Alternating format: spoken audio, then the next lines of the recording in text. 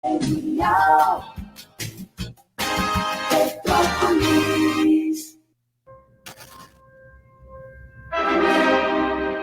partir de agora, a Rádio Imperial passa a apresentar Nós Servimos, um programa com a produção e direção do Lions Clube Quitandinha. A apresentação, Doutor Paulo Magno. Bom dia, ouvintes da nossa Rádio Imperial. Aqui estamos mais uma vez com o nosso programa Nós Servimos, sob a chancela do Lions Clube Petrópolis Quitandinha. Estamos pelas diversas plataformas do WhatsApp. Quem quiser entrar em contato conosco, 2237-6161. Pelo Facebook, da página do Facebook da Rádio Imperial de Petrópolis. É só acessar lá, você vai nos ver lindos, a cores e ao vivo. Então é só acessar lá que você vai ter o prazer de estar interagindo conosco. É bom que nós tenhamos sempre um contato juntos, né? Que possam, quem quiser fazer perguntas, pode fazer lá pela página do Facebook, que eu acompanho por aqui. E nós vamos trabalhar hoje.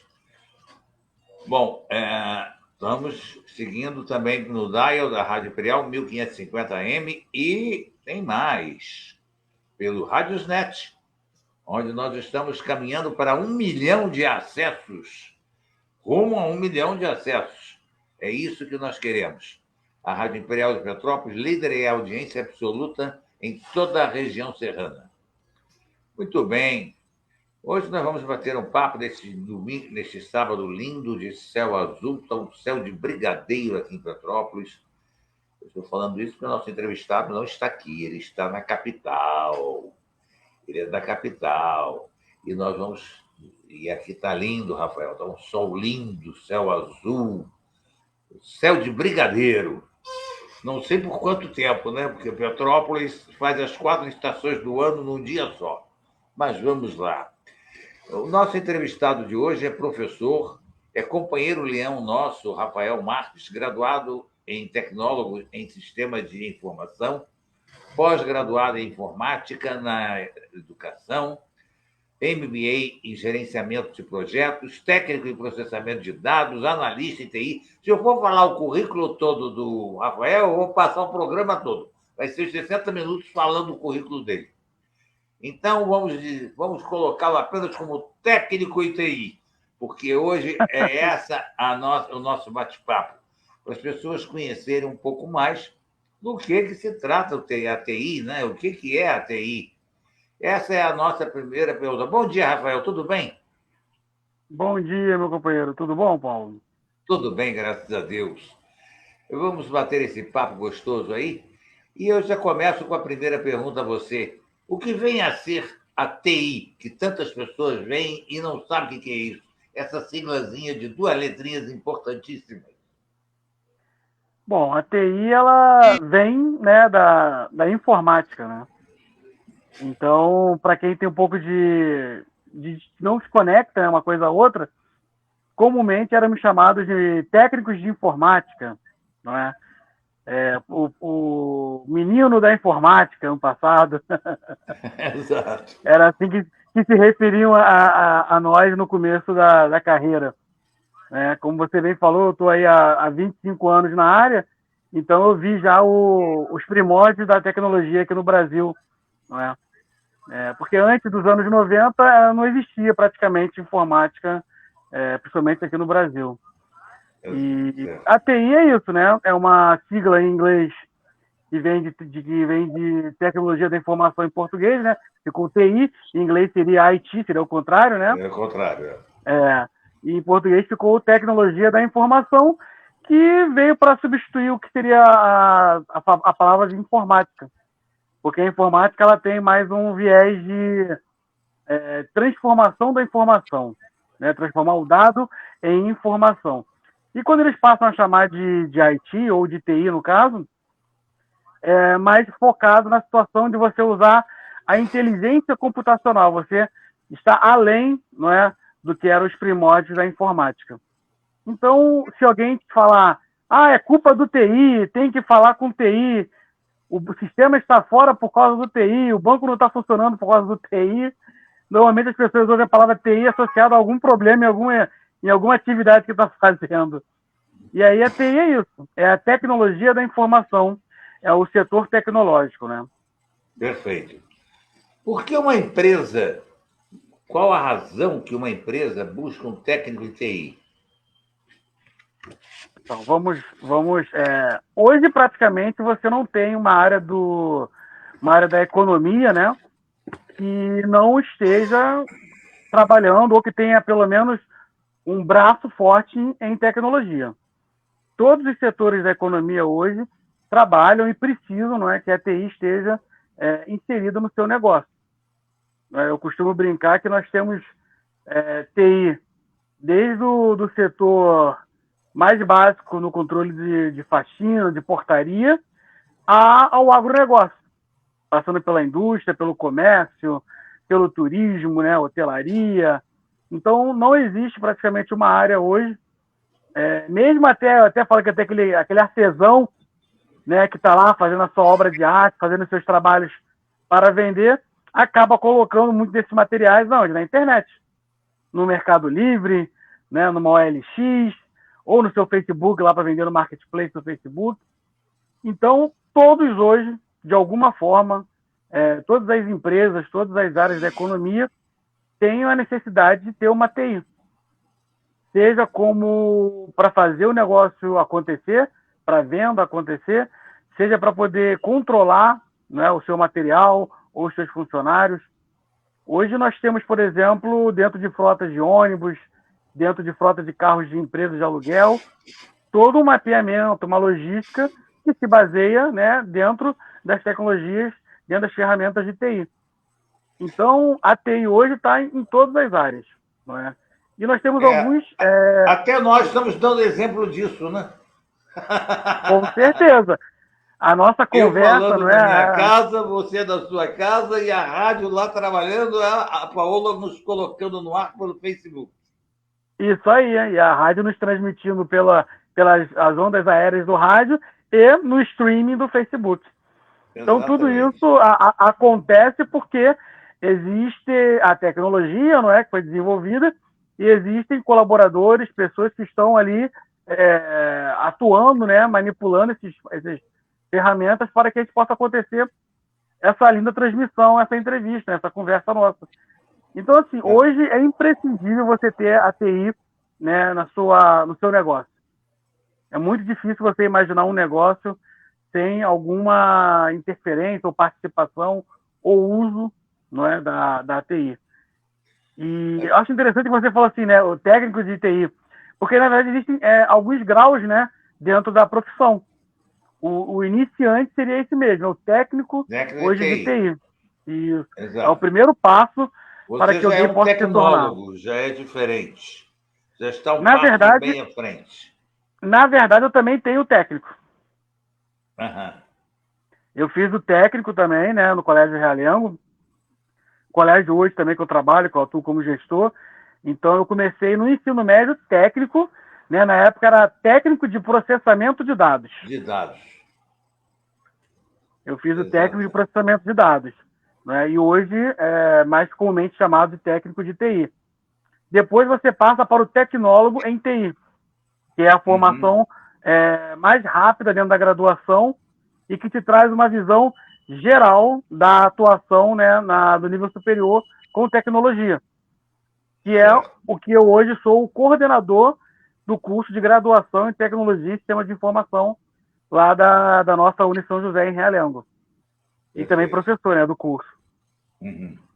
Então você tem o técnico, você tem o tecnólogo, depois você pode ter o bacharel, que muitas vezes vai ser o analista de TI ou o engenheiro de TI, que é uma formação de 4 a 5 anos, onde ele acaba se aprofundando em algumas determinadas áreas mais do que em outras, do que o tecnólogo, que tem uma visão mais geral de várias áreas dentro da TI. E aí, então, você tem esses níveis de graduação, né, do técnico, tecnólogo, bacharel, né, dentro da área de TI. Pois é, eu ia te perguntar qual é a estrutura gerencial e onde o cargo de TI se insere numa empresa. Bom, se a gente for pensar hierarquicamente de cima para baixo, você vai ter a presidência. Claro que a gente está falando de empresas maiores, né, com uma estrutura organizacional matricial, com mais pilares.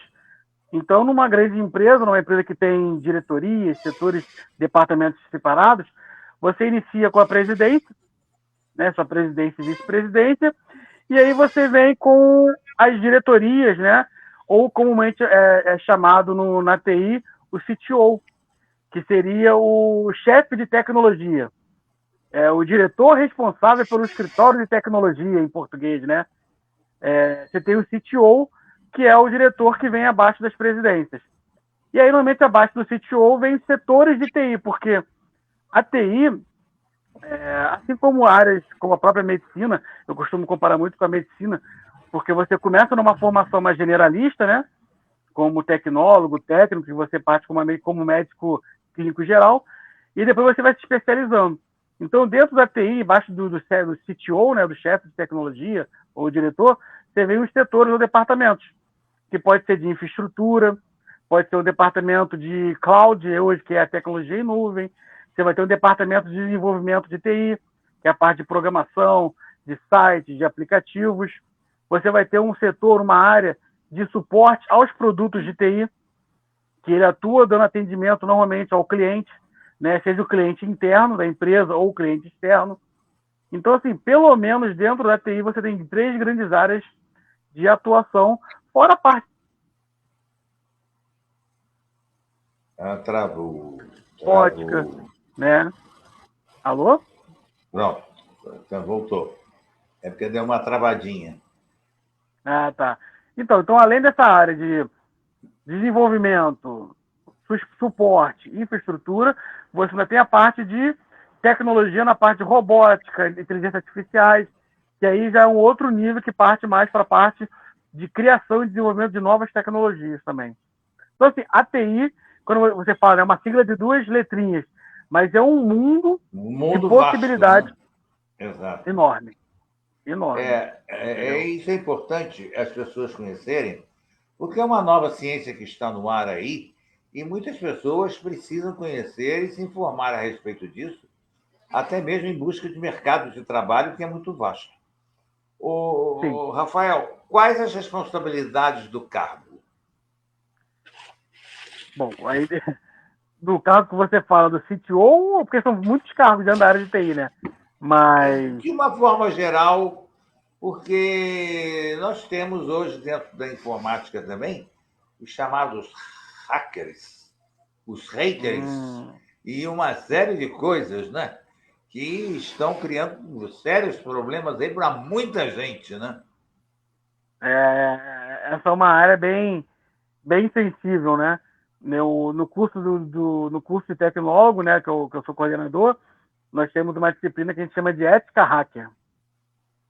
E o objetivo, né, dela, junto com um conjunto, claro, de ações, dentro do curso de graduação, é você esclarecer e orientar, né, esse novo profissional, que é muito importante você ter a ética dentro da nossa área, não é?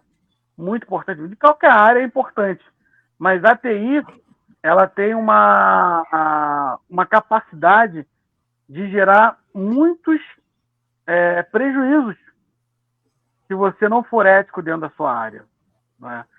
A tecnologia hoje, dentro de todas as empresas, dentro das redes sociais, nos fazem ter acesso a informações sensíveis, não é?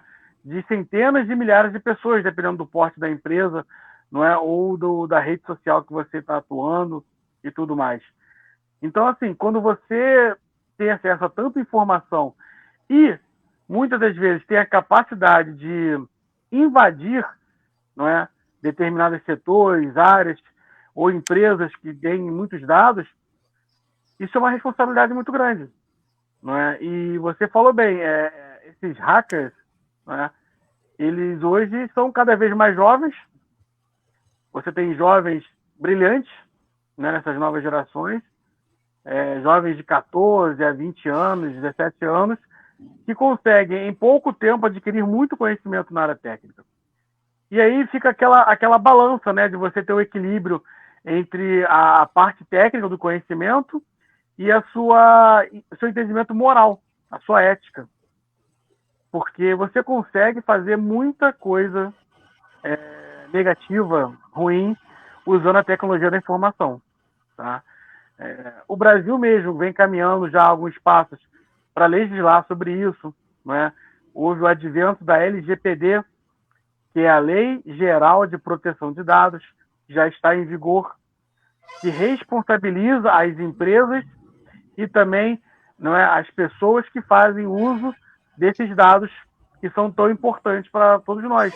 Né? Os nossos cadastros, o nosso CPF, as nossas contas bancárias, informações sigilosas e que muitas das vezes essas pessoas têm acesso e colocam na internet. Nós tivemos vazamentos nos últimos meses e até nos últimos anos da pandemia de informações que você tem certeza que aquilo ali estavam dentro de grandes empresas ou órgãos públicos. E aí vem uma preocupação muito grande para quem trabalha com TI em você, primeiro, ser ético, não é? Ter pessoas que entendam dessa ética. E também temos que ter capacidade técnica de evitar esses ataques. De proteção, tá? Né, Rafael? De proteção. Hoje é uma preocupação muito grande para todas as empresas, para todos os órgãos públicos, né? Essa atenção aos dados dos seus clientes, aos dados das pessoas que confiam a informação a você. Essa semana mesmo, por coincidência, saiu uma matéria no G1, né, no Globo, falando sobre a profissão de segurança da informação. E eles deixam lá bem claros que hoje é uma área que falta muita mão de obra, você tem muito mais vagas do que o mercado é capaz de subir, de ter pessoas formadas na área, e com salários que chegam a mais de 40 mil reais no Brasil para um profissional dessa área. Né? Olha só. Senhor salário, né? Um salário completamente fora da curva do Brasil. Quem dera eu ganhasse isso por mês, estava feliz. Pois Rafael, o profissional... Pode falar. Não, então, o profissional de segurança da informação hoje é um dos mais requisitados do mercado nacional e internacional. Você pode ter certeza disso, entendeu? Pois é. Quais os desafios do cargo no dia a dia, Rafael? Bom, como a gente estava falando, né? São muitos níveis hierárquicos, mas, por exemplo, no meu caso hoje, que eu atuo como gestor responsável no meu grupo, né, de tecnologia, eu tenho que ter toda essa preocupação de como está a nossa segurança dos dados. Eu tenho que ter a preocupação de manter o bom funcionamento de todo o parque tecnológico. Então, desde as máquinas, das estações, de cada funcionário, não é? Preocupar com a rede de transmissão, que, na verdade, dentro de uma empresa, dependendo do tamanho dela, no meu caso, eu tenho uma unidade matriz que tem 25 mil metros quadrados, com 6 prédios e diversos anexos. Então, tudo aquilo ali está sendo alimentado por uma única rede. Uma rede distribuída, com fibra ótica, com servidores, com replicadores de sinais, porque é uma área muito grande na matriz. Então, além de eu ter essa preocupação de estar funcionando dentro de uma unidade com 25 mil metros quadrados, existe também a responsabilidade de eu conectar as unidades externas à unidade matriz. Então, é mais uma preocupação da área de TI, de manter o bom funcionamento entre as empresas do grupo. Você também tem que ter muita atenção no uso que os seus colaboradores, né, funcionários, fazem da tecnologia dentro da empresa. Porque eu posso te afirmar que aproximadamente 70% das falhas de segurança de uma empresa não é por defeito num programa, por erro num aplicativo ou num servidor. É porque funcionários, colaboradores, muitas das vezes por mal instrução, por não estarem orientados, fazem uso de aplicativos, baixam arquivos, fazem downloads, que geram chamados, por exemplo, cavalos de Troia. Não é? Que é você... Não adianta eu colocar uma defesa maravilhosa, né, como gestor de tecnologia, com a minha equipe de segurança, a gente levantar um firewall, né? Que em português seria uma parede de fogo, uma defesa, uma muralha, e ter um controle lá, ter guardas, né? Vamos colocar isso entre aspas, vigiando tudo que está entrando na empresa a nível de tecnologia, pelos nossos canais, pelos nossos portais, quando por trás das muralhas tem alguém cavando um buraco. Que seria... É malhar em ferro frio. É isso aí. Então, hoje, a área de tecnologia, além dessa preocupação constante com a tecnologia em si, com os servidores, com as aplicações, com a segurança de dados, com firewall, com antivírus e etc., nós temos também que ter a preocupação constante com os colaboradores. Então, isso envolve orientações, normativas, treinamentos, né? E o preço da segurança e a constante vigilância. Lógico, você tem que ter constantes profissionais de TI vigiando o que está vindo de fora e vigiando o que está sendo feito dentro, né, para evitar que aconteça algo. Então é isso. Infraestrutura, tem que ter sempre o bom funcionamento de tudo com alta velocidade, performance, a segurança, você ter a certeza que o seu cliente vai ter acesso hoje, porque todos os sistemas estão online, então você precisa manter os seus aplicativos 24 horas no ar. Então, a todo momento você pode ter uma abertura de chamado, você pode receber um alerta de que um servidor apresentou algum defeito. Nós tivemos na última semana, foi na última semana ou na semana anterior, uma ventania violentíssima no Rio de Janeiro. Está previsto outra.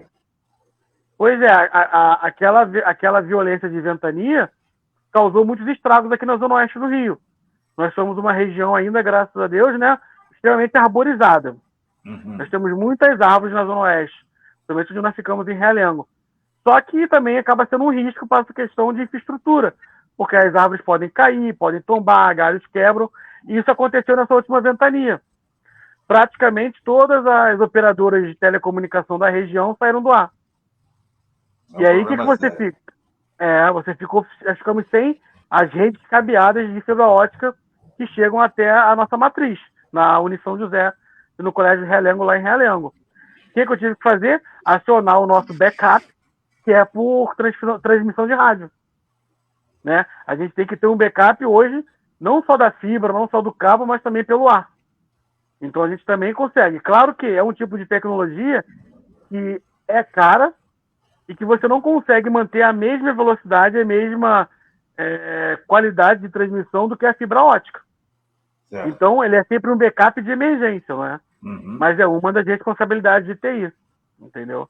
Então, assim, é muita coisa que a TI a qualidade da nossa, a qualidade das nossas linhas de transmissão, de internet, enfim, não é muito legal, né? Porque o Brasil... o Brasil está com 5G. Pô, quem dera entrar 5G aqui em Petrópolis. Não chega nem 3.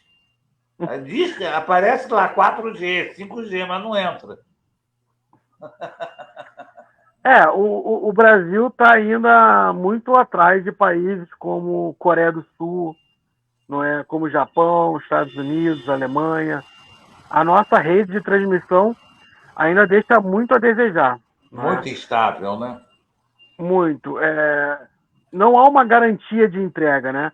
Você tem hoje, a maioria, grande parte dos contratos de telecomunicação que essas grandes empresas fazem, né? Nós temos aí em torno de talvez 4 grandes telecoms e centenas, e talvez até milhares de pequenas distribuidoras, mas que, na verdade, todas elas bebem das grandes, tá? Certo. Se você tem no seu bairro, se você tem uma empresa menor que te atende, na verdade, ele está indo até a grande operadora e pegando uma fibra ótica, um link dela, ou até uma transmissão de rádio, dependendo da localidade, e aí ele faz um cabeamento na tua área, no teu bairro, na tua rua. Então, todas as pequenas, na verdade, estão bebendo da fonte das grandes operadoras. E as grandes operadoras bebem do grande backbone internacional, que é o marítimo, né? Que chega ao Brasil através do Atlântico. Do Atlântico. Sim, são cabos submarinos, não é? Submarinos. Fibra ótica submarinas. Inclusive, temos tido problemas com relação a isso, por conta dessa briga entre Estados Unidos e China, a guerra da Rússia com a Ucrânia. Tudo isso também interfere na qualidade da internet mundial. Muitas vezes as pessoas não entendem isso, né? A gente vem de um período de paz, como foi, né? Paz entre aspas, a gente fala assim, uma paz mais global, né? Porque a gente sabe que localmente, muitos países como a África, Oriente Médio, nunca o conflito acabou. Mas quando você envolve grandes nações, né? Nações de primeiro mundo, isso já envolve mexer na telecomunicação do planeta. E isso já afeta a qualidade de muito da nossa velocidade. Às vezes a gente não percebe, mas a gente está acessando um site ou uma ferramenta, como o próprio Facebook ou Instagram, e aí reclama, pô, tá dando um delay, tá demorando, mas é porque muitas das vezes essa conexão com esse cabo internacional está sendo afetado. Exato. Entendeu? Está sendo Rafael, afetado. Qual a linguagem de programação é mais confortável para um técnico de TI trabalhar? Isso aí é como perguntar. É como perguntar qual é a sua comida preferida. Tá? Porque a linguagem de programação é a base de toda a construção tecnológica que nós temos hoje. Se eu tenho celular, se eu tenho aplicativo, se eu ando hoje de elevadores modernos que se comunicam conosco, se eu entro no estádio do Maracanã com biometria facial e tudo mais, tudo isso só existe porque existem pessoas programando em linguagem de programação, né? Escrevendo códigos, desenvolvendo. Aí tu me pergunta qual é a mais confortável? A mais confortável é que você melhor se adapta. Porque existem diversas linguagens, né? Existem o que a gente chama de linguagens mais baixo nível, né? Que são as linguagens mais próximas do que seria uma linguagem de máquina, que hoje você vem diminuindo muito, né? O ensino delas na sala de aula, na graduação, nos cursos, que são as linguagens como... Eu tive um aluno essa semana que falou para mim que está fazendo um curso de COBOL. Eu acho que você, Paulo, deve ter ouvido falar de COBOL, né? COBOL é uma linguagem... praticamente uma linguagem de máquina, né? Você falar a linguagem do computador, literalmente. E hoje a gente tem o intermediário. Você tem o C, tem o C#, tem o .NET, .NET. Você tem linguagens mais parrudas, mas são modernas. E você tem linguagens que a gente chama de linguagem de alto nível, que é uma linguagem mais para programação final, para quem já programa direto para o celular, para o Android, para aplicações que as empresas mais usam no dia a dia com os seus clientes em geral. Que aí você vai para Python, você vai para o próprio PHP ainda, como programação. Então, assim, você tem as chamadas linguagens de alto e baixo nível. Aí, o que você está fazendo?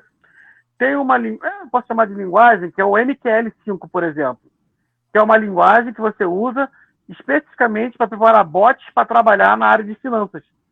Né? Aquele esquema que você programa robozinhos, que são de robôs, mas são programas, né? Para comprar e vender dólar, comprar e vender ouro, comprar bolsas e vender as bolsas na corretora virtual, na corretora que você tem acesso. Então, isso já é o MQL5. Mas se eu quero preparar algo para o Android, para o telefone da Apple, já parte para outra linguagem, aí você vai para uma linguagem orientada a objeto. Então, assim, qual é a linguagem preferida do programador, né, do desenvolvedor? É o gosto. Primeiro, para que ele quer trabalhar, com o que ele quer trabalhar. Né, ele quer trabalhar com grandes aplicações, com mainframes, com logísticas, com sistemas que vão controlar milhares de caminhões rodando pelo Brasil através de GPS. Vai ser uma. Não, ele quer trabalhar com aplicativos, criar novas ferramentas para que as empresas possam ter um melhor contato com os seus clientes. Vai ser outra. Não é? Então é isso. A linguagem de programação, ela primeiro tem que passar pelo gosto do programador, pelo gosto do desenvolvedor, para qual ele se adapta melhor. Pelo objeto que ele quer atingir, né? Isso aí. Qual é o objetivo dele? O que ele quer criar? Qual é a meta dele de trabalho? Então tem que conciliar as duas coisas. A capacidade dele aprender aquela linguagem, porque dependendo da linguagem, se for uma linguagem orientada a objeto, ou se for uma linguagem mais baixa de máquina, né, falando assim em termos bem leigos, ele vai ter que se adaptar a esse tipo de linguagem. Então ele vai ter que saber até onde ele vai ter... Porque assim, programar é muitas das vezes uma missão de de horas, né? Qualquer objeto, às vezes um botão, você vai levar horas ou até dias para poder dar uma solução para aquele botão no programa, no seu aplicativo. Então você tem que ter prazer no que você está fazendo. Não pode ser algo que seja maçante, sabe, cansativo. Você tem que gostar. A linguagem de programação ela tem que fluir através de você. Okay. Então é meio que como se a linguagem te escolhesse também. É lógico. Nós vamos fazer um pequeno intervalo comercial e de volta já para o segundo bloco, tá? Paola, manda a lenha aí.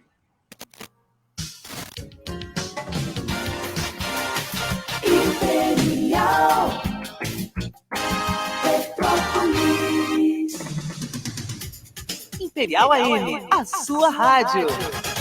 Plano de Assistência Funeral Rui Ligeiro, pioneiro no ramo de planos funerários em Petrópolis. A confiança do nome Rui Ligeiro é a marca registrada de tradição, credibilidade e tranquilidade em plano de assistência funeral e funerárias em Petrópolis, com a mais ampla cobertura através de suas funerárias conveniadas, Oswaldo Cruz, Casa Múcio e Funerária de Itaipava. Não cobramos taxas adicionais por dependentes ou por idade, e nenhum valor quando o plano está na carência. Somos o único plano de assistência funeral na região que tem capelas mortuárias em Petrópolis e em Itaipava. E quando você ouvir falar, este é o mesmo plano, ou somos do mesmo plano, certifique-se. Além de pioneiro, somos o único que leva a marca Rui Ligeiro e não possuímos filiais ou outros planos similares. Lembre-se, existem coisas que se você não fizer hoje, alguém que você ama terá que fazer por você amanhã.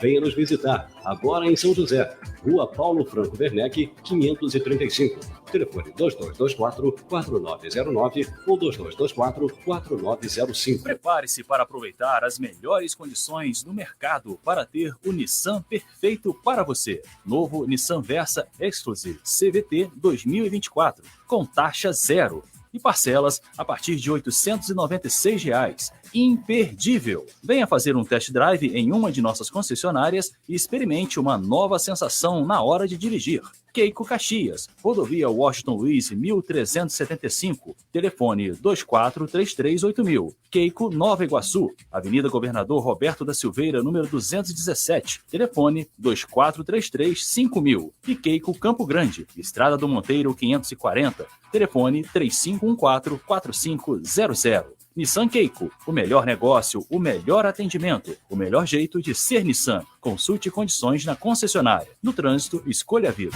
A Diocese de Petrópolis, por meio do projeto Presença Samaritana, informa.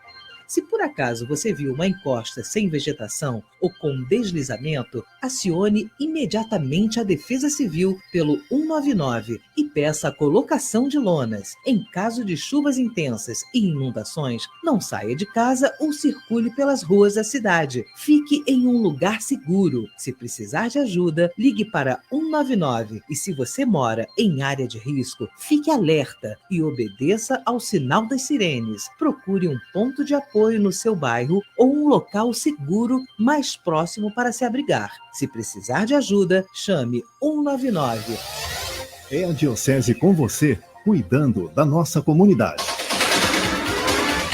1550 Imperial. Estamos apresentando Nós Servimos, um programa do Lions Clube Quitandinha e a apresentação de Dr. Paulo Magno. Bom, ouvintes da nossa Imperial, nós estamos aqui entrevistando o professor, que é companheiro leão nosso, com muita honra, o Rafael Marques, graduado em tecnólogo em sistema de informação, pós-graduado em informática na educação, com MBA em gerenciamento de projetos, técnico em processamento de dados, analista em TI, enfim, o homem é o que manda na tecnologia da informação. Ô, Rafael, eu tenho muitas perguntas ainda aqui a fazer. Vamos ver se a gente dá tempo da gente conseguir responder isso aqui tudo nesses minutos. Vamos lá, vou tentar encurtar isso aqui as respostas. Tudo bem. A tecnologia está presente em tudo e novas invenções surgem para facilitar tarefas. Como se manter atualizado nesse setor diante de tantas mudanças que aparecem a cada dia? Então, essa vai tanto para profissionais da área quanto para quem ama, né? Quem é amante da área de tecnologia, quem curte. A gente tem que estar sempre conectado a canais tech, né? São canais que informam sobre tecnologia. Porque a tecnologia ela muda a todo momento, a toda hora. Todo dia alguém lança algo novo, algo disruptivo, não é? Eu costumo dizer que os saltos tecnológicos no passado eram, às vezes, seculares. A cada 2, 3 séculos havia uma grande mudança, uma melhoria. Né? Então, hoje não. A coisa passou a ser a cada meio século, a cada 25 anos, a cada 10 anos, e hoje a mudança é diária. Então, a gente tem que acompanhar a mudança tecnológica. O que eu digo para todos? Procurem tanto no Facebook quanto no Instagram, não é? Ou mesmo através de outros canais do YouTube. Sigam canais que estão antenados com a tecnologia lá fora do país. Não é? Porque a gente sabe que, infelizmente, muita da tecnologia que a gente hoje trabalha e estuda, essa criação, essa disrupção, vem de outros países. Então, a gente precisa estar antenado com o que está acontecendo lá fora. E para estar antenado, sigam canais que falem de tecnologia. Mas também sigam canais bons, tá, pessoal? Dá uma olhada antes, dá uma pesquisada. Não sai seguindo qualquer coisa, não. Porque hoje qualquer um se diz influencer. Né? Então a gente tem que ter a curadoria de saber quem eu estou seguindo, quem eu estou acompanhando. Do que ele fala, qual é a bagagem que essa pessoa traz, qual é a experiência. E aí fazer valer a pena, porque o nosso tempo hoje é o nosso bem mais precioso. Então eu tenho que saber que material que eu estou consumindo, entendeu? Perfeito. Rafael, existem várias categorias de TI em alta no mercado hoje. Quais as principais? Bom, só para a gente elucidar, para começar, hoje o Brasil, Paulo, o Brasil tem 530 mil vagas de TI abertas não preenchidas. Tem noção disso? Isso é um absurdo. Mais de 500 mil de vagas que não estão preenchidas. E são cargos com ótimos salários. Né? Como a gente citou mais cedo, como a segurança de dados, que você tem salários de até 40 mil reais. Hoje, um estagiário nessa área começa em 2.500. Entendeu? E quando ele se torna um analista, a gente começa a falar em 5 mil. E muitas das vezes eu estou falando em CLT, tá? Não estou falando em PJ, não. Porque um cara para ser PJ nessa área de analista de segurança, ele vai colocar um PJ aí de 10 a 15 mil reais no contrato dele. Tá? Então, você me perguntou quais áreas? 30 mil vagas de... Travou. Falha aqui. Isso. Desculpa. Dentro dessas 530 mil vagas, nós temos muitas vagas na área de segurança de informação. Nós temos vagas na área de desenvolvimento, né, na parte de aplicativos. Então, o Brasil tem uma demanda gigante para desenvolvimento mobile, não é? Nós temos também a parte de infraestrutura. Então, tanto a parte de cabeamento, rede, servidores, quanto a parte de cloud, que é o quê? Muitas empresas trabalham e precisam ter servidor. Todas as empresas têm algum tipo de servidor dentro da sua empresa para te conectá-las ao mundo e também fazer uma segurança. E muitas delas também têm ainda servidores locais com seus bancos de dados, com suas aplicações. Mas também temos os servidores hoje que estão sendo o maior caminho tomado pelas empresas, que é o cloud, que é colocar o seu servidor na nuvem. Então, a gente está falando aí de segurança da informação, de desenvolvimento web para aplicações. Estamos falando em infraestrutura de rede, cabeamento e servidores e o chamado Service Desk ou suporte. Então, assim, essas áreas na TI são milhares e milhares de vagas abertas.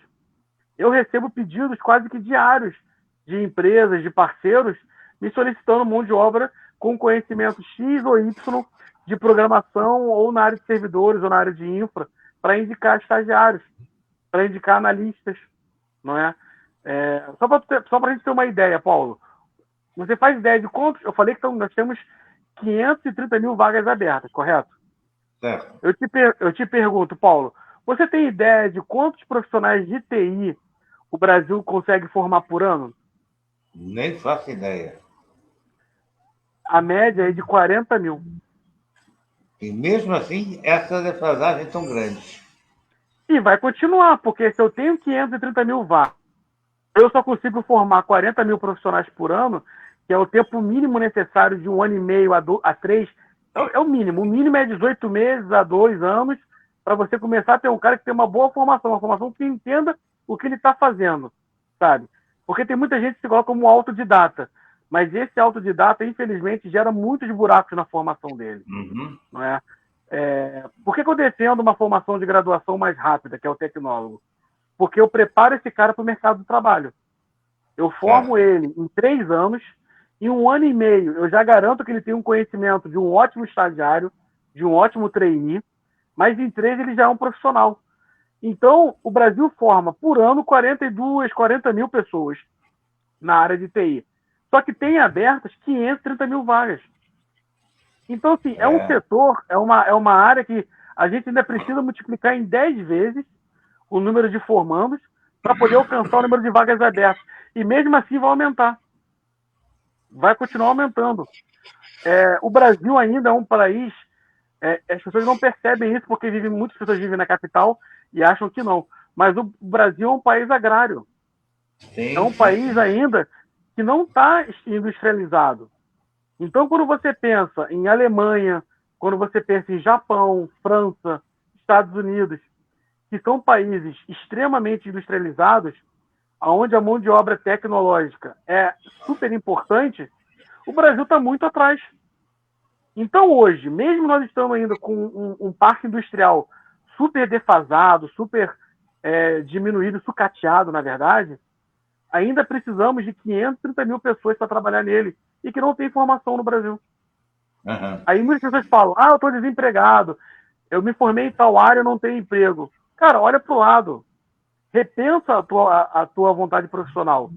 Eu tenho recebido de diversas áreas lá no meu curso de graduação, alunos que vêm transferidos ou de segunda graduação, né? Na área de saúde, na área de negócios, na área do direito, da educação, porque muitas vezes o mercado dele está saturado, né? Tem mais pessoas procurando emprego do que vagas, enquanto que na TI a gente tem muito mais vagas do que pessoas formadas. Exatamente. Ô, Rafael, quais os componentes da infraestrutura da TI? Quais os componentes? Eu diria que nós trabalhamos com pilares, né? Por exemplo, eu atuo na área há 25 anos, né, na área de TI, desde que eu me formei no técnico, e sou gestor na área há 15, né? Sendo gestor e também professor, e há 2 anos aceitei o desafio de coordenar a graduação. Foi um convite para poder, vamos dizer assim, dar uma nova cara a um curso de tecnologia, porque o meu curso lá na Unisão José, ele tem 30 anos. Ele é pioneiro no Brasil. E tudo que é pioneiro precisa estar sempre se adequando, não é? Não é porque você chegou primeiro, que você abriu um dos primeiros cursos de tecnologia, que você vai se manter. E em tecnologia você tem que estar sempre renovando. Exato. E aí a reitoria, né, lá o professor Chaves, professor Chabeli, professor José Antônio, que são os nossos diretores e reitores, falam, Rafael, você é um cara extremamente tecnológico, está sempre... o nosso grupo é extremamente avançado. Na pandemia, nós nadamos na tecnologia, conseguimos colocar todo mundo online e tudo mais. Cara, ninguém melhor do que você para renovar o curso. Aí eu, fiquei com o pé atrás, né? Uma coisa é você ser gestor, ser tecnólogo, uma coisa é você até dar aula, uma coisa é você comandar uma graduação, não é? Colocar um monte de professores sob a sua orientação e mais centenas de alunos. Mas foi um desafio que eu aceitei e está dando certo. Né? O curso vem crescendo, a gente modernizou a matriz todinha do curso. E nessa modernização, Paulo, eu criei esses 3 pilares do curso, que é foco em infraestrutura, né? Então eu estou falando de parte estruturada de redes e servidores, foco no desenvolvimento, a parte de programação, criar uma mente lógica, racional, e o foco no atendimento, suporte e gestão ao usuário da tecnologia. Então, com esses 3 pilares, nós conseguimos formar excelentes profissionais na área de TI. Então, se você está fazendo um curso de tecnologia, está estudando na área, e olha para o teu curso e você não vê esses 3 pilares, cara, você precisa procurar algo diferente.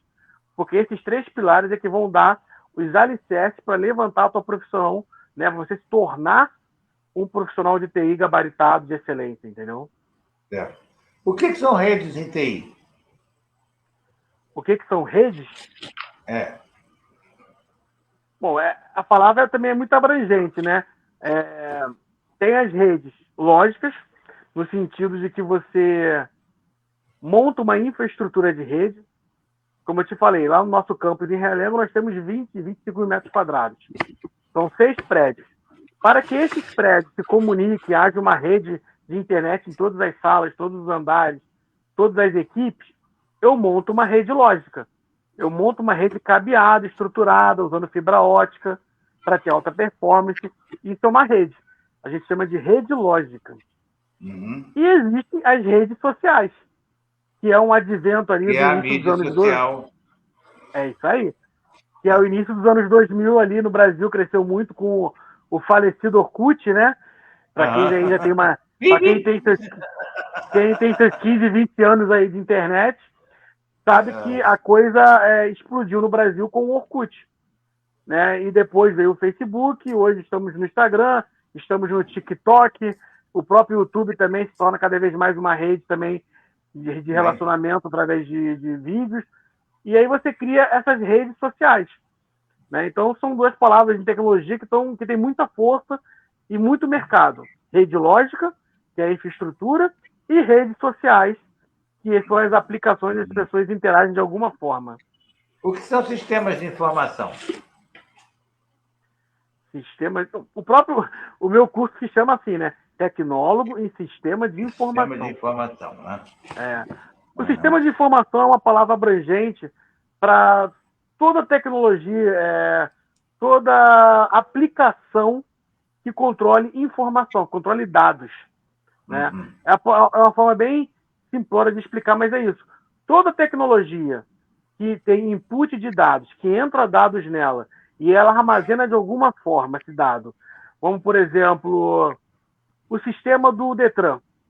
Eu informo lá meu nome, meu CPF, tem minha data de nascimento, meu endereço e os dados do meu veículo, certo? Placa, modelo, chassi, etc. Então, eu coloco no sistema do Detran os meus dados e o do veículo. O Detran faz uma que chama a palavra, uma compilação.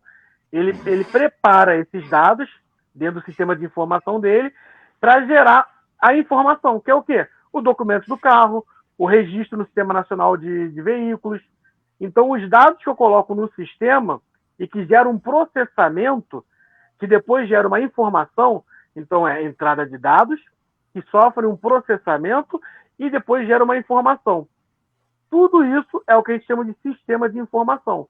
Você vai ter aplicativozinhos no teu celular, que é um sistema de informação, é um SI, um sistema de informação, e você vai ter sistemas complexos, gigantes, como o do governo brasileiro, do Detran, das companhias aéreas, das concessionárias de água e luz, que são sistemas de informação, são SIs. Então, quando a gente forma um tecnólogo em sistema de informação, ele vai ser o cara que vai, desde a pessoa que vai ser a pessoa que vai manipular os dados, que vai programar ali dentro, vai ser também a pessoa que pode muitas vezes construir o sistema de informação, como pode ser a pessoa que vai dar suporte ao sistema de informação. Então, no final das contas, praticamente tudo gira em torno de um sistema de informação. No início do nosso papo, nós falamos que você falou que a TI hoje é a antiga informática. Qual a diferença entre uma e outra? Então, a palavra informática vem até nesse sentido do que eu estava falando de sistema de informação, não é? Que é informática. É a informação sendo transformada. Que era o que acontecia antigamente. As pessoas começaram a criar programas para cadastrar as pessoas. Vamos falar de olha só, o meu projeto de técnico de informática. Eu fiz um sistema de locadora, não é? Então, era um técnico de informática e eu criei, junto com meus colegas de turma, um sistema de locadora. Então, o que ele computava? Os dados do cliente, os dados da fita. Quando a fita era alugada, né? Para quem é mais novo, não tinha Netflix, né? Nós tínhamos que alugar o filme numa locadora. E aí aquilo ali gerava um valor, depois eu ia lá, devolvia e pagava. Se eu atrasasse, tinha uma multa. Então, o sistema da locadora tinha que calcular tudo isso. Então era o quê? Entrada de dados, gerava uma informação, que era o pagamento ou até a multa para depois ser paga. Isso era simples, era algo muito básico. Era transformar a informação em dados. Então, informática, né?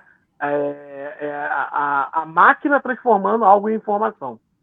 Quando a gente sai da palavra informática, quando a gente deixa o CPD para trás, que é o Centro de Processamento de Dados, e passa a chamar de Centro de Tecnologia da Informação, de analista de TI, né, gerente de TI, diretor de TI, a TI ela vem com uma conotação de inteligência, Paulo. Tá?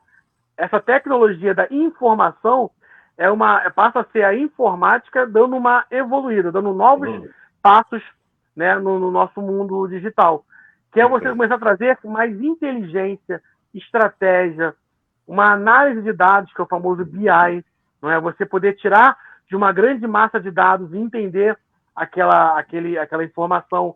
Por exemplo, você pega o trânsito no Rio de Janeiro, que muitas das vezes é caótico, né? Ou São Paulo, grandes capitais.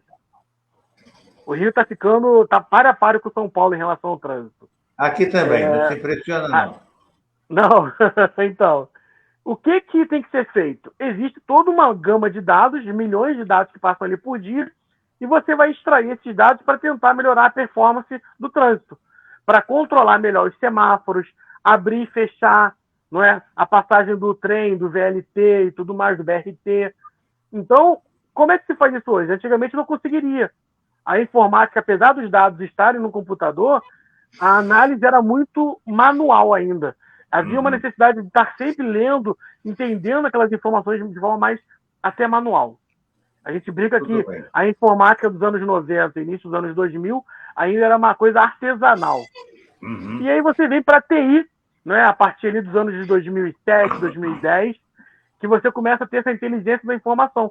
Então, hoje você consegue analisar dados do trânsito pela própria programação do sistema. Ele já vai trazer relatórios, informações, vai ter um dashboard na sua tela, reunindo várias informações que te ajudam no pensamento tático e estratégico sobre aquilo ali. Então, a diferença entre informática e hoje tecnologia da informação é o advento da inteligência, o advento da capacidade de análise estratégica das informações, entendeu? Como o nosso tempinho está ficando curto, eu vou te fazer 3 perguntas seguidas que é do mesmo assunto e para você falar. Como que a tecnologia da informação tem transformado a forma como aprendemos e ensinamos? Ou seja, a educação. O hibridismo no ensino superior é estratégia competitiva? E quais as vantagens do ensino híbrido aliado à tecnologia educacional? Rapaz, perguntas fortes para o final. Pois a escola que existia nos anos 90, início dos anos 2000, não existe mais, tá? Você, claro, ainda há localidades mais longínquas que você ainda vai ter o cuspigis, que é um termo não muito técnico que a gente chama para essa aula tradicional, não é? A aula de cuspigis. Mas a tecnologia mudou radicalmente o ensino dentro da sala de aula. O ensino híbrido é algo que veio para ficar, não vai voltar, não haverá retrocesso, tá? As escolas, os educadores, os professores, nós entendemos que a tecnologia deixa de ser uma ferramenta auxiliar para ser uma via clara de mudança no ensino e da informação. Então, hoje, o papel do professor não é mais daquele detentor do conhecimento, aquela pessoa que sentava lá na frente e ficava, né, derramando o seu conhecimento catedrático dos livros e da sua grande formação. Não. O professor hoje ele se torna um facilitador do conhecimento. Porque a bem da verdade é que todo o conhecimento que o estudante precisa já existe nas redes sociais, já existe na internet. Mas como ele vai alcançar esse conhecimento, como ele vai entender essa informação e transformar nele em algo útil? Esse é o papel do professor hoje. Esse é o papel do ensino híbrido. Tá? Quando você pergunta, é uma tática mercadológica, é financeira? Não é. É um caminho sem volta, porque você consegue alcançar muito mais o seu estudante pelas ferramentas online. Eu dou um conhecimento em sala de aula, eu faço um network, eu coloco ele para praticar aquilo que ele está estudando, para realizar trabalhos, né, dentro de salas, né, de ensino ativo, onde ele é realmente o ator principal do ensino-aprendizado, e eu deixo ele em casa acompanhando com vídeos, com materiais, com exercícios. Eu deixo uma sala de aula virtual que a gente chama de LMS, com os conteúdos que ele pode praticar. Eu elenco ali uma série de artigos para ele ler, quando a gente fala de graduação de nível superior. Eu deixo cortes de vídeos de excelentes podcasts que acontecem no Brasil e fora do Brasil. E aí, quando esse aluno chega em sala de aula, ele chega muito mais preparado, ele chega com um cabedal de conhecimentos. Dentro do meu curso lá, que a gente criou, a gente tem o que a gente chama de projeto integrador de TSI, onde ele vive a prática real do mercado de TI em sala de aula. Eu preparo ele online, eu mando vários materiais, eu peço para aquela semana ele assistir tais e tais vídeos, tais e tais cortes, e quando chega em sala de aula, eles já estão separados em equipes, né, que são, a gente chama de empresas dentro do curso, e essas equipes, juntos, eles vão enfrentar desafios. Desafios estes que eles já estão preparados assim, a nível de conhecimento, porque eles já tiveram tempo de acessar a plataforma no LMS. Eles já foram orientados remotamente naquele conteúdo. Então, o aproveitamento em sala de aula é muito maior, Paulo. A gente hoje consegue ter um planejamento. Antes da tecnologia, era só um PowerPoint, era só uma ajudazinha de um vídeo em sala de aula, era só uma ferramentazinha, era mais um giz para eu escrever no quadro. Não é isso. Hoje a tecnologia ela faz parte do ensino-aprendizado. E as escolas, as universidades que estão antenadas com esse movimento entendem que se não fizerem isso, se não adequarem o seu planejamento à sua sala de aula, o aluno abandona, o aluno não participa. Porque esse aluno hoje tem um conhecimento, uma forma de chegar a ele através de celular o tempo todo. Então, se a minha aula não é moderna, a gente não consegue reter esse aluno, a atenção dele no aprendizado.